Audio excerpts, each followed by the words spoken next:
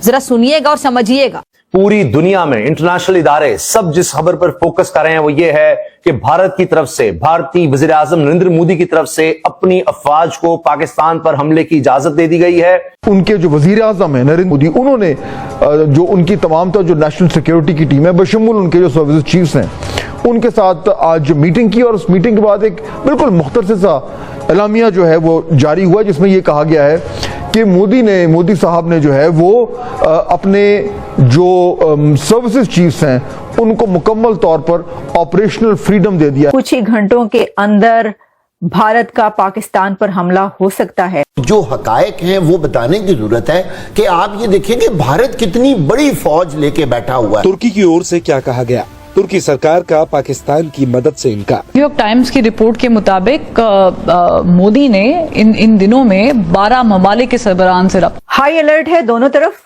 United Nations के secretary general Antonio Guterres ने dial किया है इंडिया के external affairs minister doctor Jaishankar को। शंकर का ये जवाब देना, वो जब चाहें जिस तरीके से चाहें कार्रवाई अगर वो करना चाहें तो वो कार्रवाई करने के लिए उनको इजाजत हासिल है। और ये बड़ी खौफनाक खबर है, जो एक बला हमें नजर आ रही थी वो बला सामने आकर खड़ी हो गई है। यहां से मामला किस तरफ जा सकता है दोनों फ्रंट्स पे, मिलिट्री और डिप्लोमेटिक। एक इमरजेंसी मैसेज जारी किया पाकिस्तान के इंफॉर्मेशन मिनिस्टर ने और उस मैसेज के अंदर यह कहा कि मुमकिन तौर पे पाकिस्तान के ऊपर हमला होने वाला है।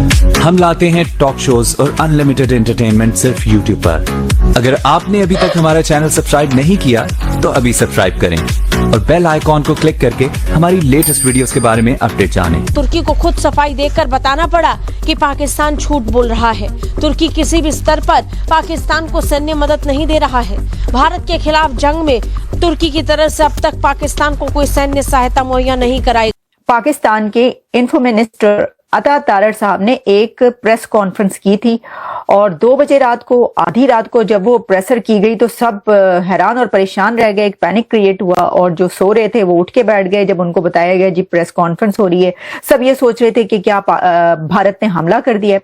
अब कुछ और खबरें सामने आ रही हैं। कहा यह जा रहा है कि कल रात को मिडनाइट में इंडिया के 4 राफेल जेट्स उड़ते रहे हैं, पेट्रोलिंग कर रहे थे, उड़ रहे थे पाकिस्तान के बॉर्डर्स के पास। अब पाकिस्तान के बॉर्डर्स के पास कहा जा रहा है कि भारतीय राफेल उड़ रहे थे।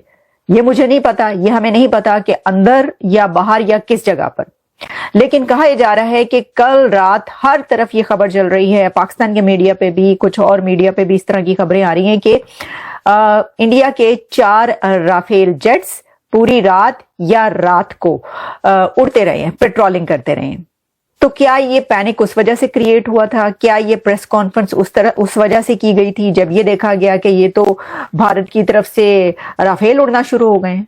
तो भाइयों, वो एक फ्रेज हम बोला करते थे, जालिमो मोदी आ गया है। तो जालिमो मोदी आ गया है और मोदी सरकार ने डरा डरा के तरा निकाल दिया। अब देखें, ये तो होता है जब जंगी हालात हो, जंगे हो रही हो, तो उसमें जब कोई एक हमला करने वाला हो तो इस तरह तो होता है। इस तरह के कामों में क्यों उदास फिरते हो? नहीं, क्यों घबराए फिरते हो गर्मियों की शामों में?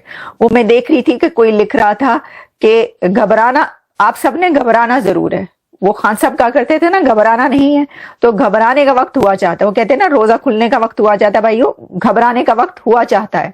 तो घबरा के जो है वो सब उठ के बैठ गए। उन्होंने कहा भाई क्या हो गया? तो पता ही चला जी, वो 4 राफेल जो है कल उड़ते रहे हैं सारी रात या पता नहीं कितनी देर, कितने घंटे।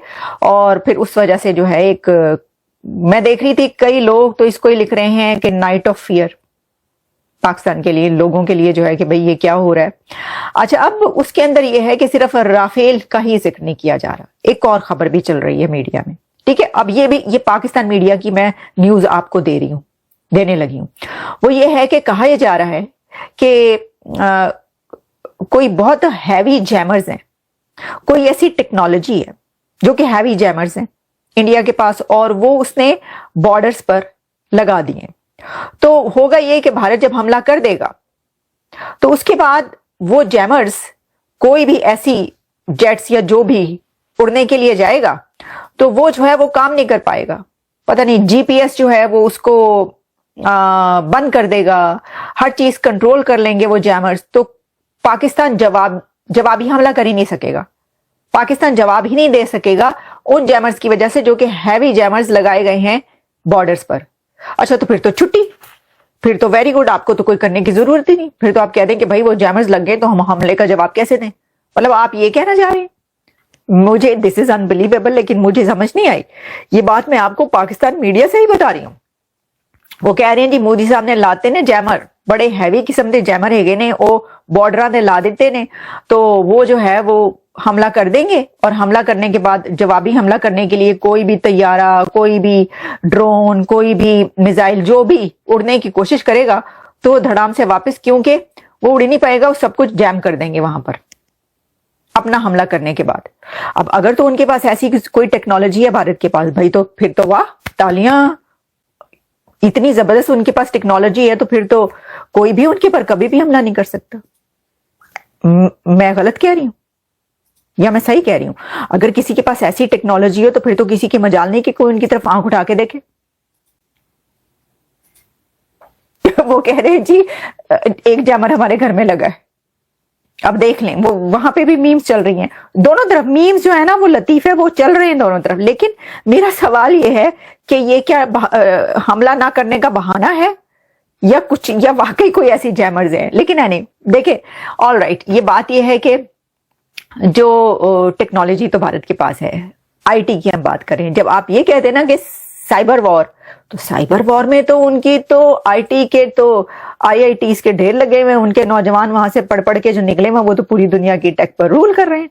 उनके पास साइबर वॉर लड़ने क्या नहीं होगी टेक्नोलॉजी, तो किसके पास होगी?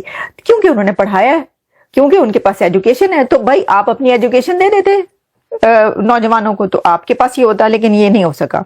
उनके जो वजीर आजम है नरेंद्र मोदी, उन्होंने जो उनकी तमाम जो नेशनल सिक्योरिटी की टीम है बशमूल उनके जो सर्विस चीफ्स हैं उनके साथ आज मीटिंग की, और उस मीटिंग के बाद एक बिल्कुल मुख्तसर सा एलामिया जो है वो जारी हुआ, जिसमें ये कहा गया है कि मोदी साहब ने जो है वो अपने जो सर्विसेज चीफ्स हैं उनको मुकम्मल तौर पर ऑपरेशनल फ्रीडम दे दिया है कि वो जब चाहें, जिस तरीके से चाहें कार्रवाई, अगर वो करना चाहें तो वो कार्रवाई करने के लिए उनको इजाज़त हासिल है।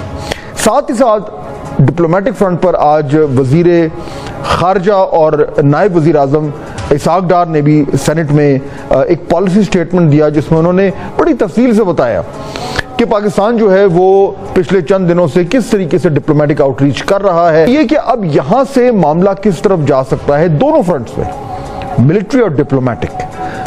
और जो बड़ा सवाल है वो ये है कि अगर भारत की तरफ से कोई मिस एडवेंचर होता है तो क्या एस्केलेशन को रोकने के कोई तरीके हैं? The Indians have just had the biggest meeting in a while. पहले तो इनकी पहली जो कैबिनेट सिक्योरिटी जो उनकी कमेटी है उसकी मीटिंग थी, वो अभी फिर से होनी है, मगर this is a pretty major hurdle. ये काफी हाई पावर्ड, हाई लेवल की मीटिंग है, इसमें कम लोग हैं मगर जो लोग हैं वो इंपॉर्टेंट हैं। ऑब्वियसली मोदी साहब हैं, लेफ्ट पे अजित डोवल साहब हैं, नेशनल सिक्योरिटी एडवाइजर इंडिया के, राइट पे राजनाथ सिंह साहब हैं, very hawkish, both of them, the defense minister and the NSA, very hawkish characters।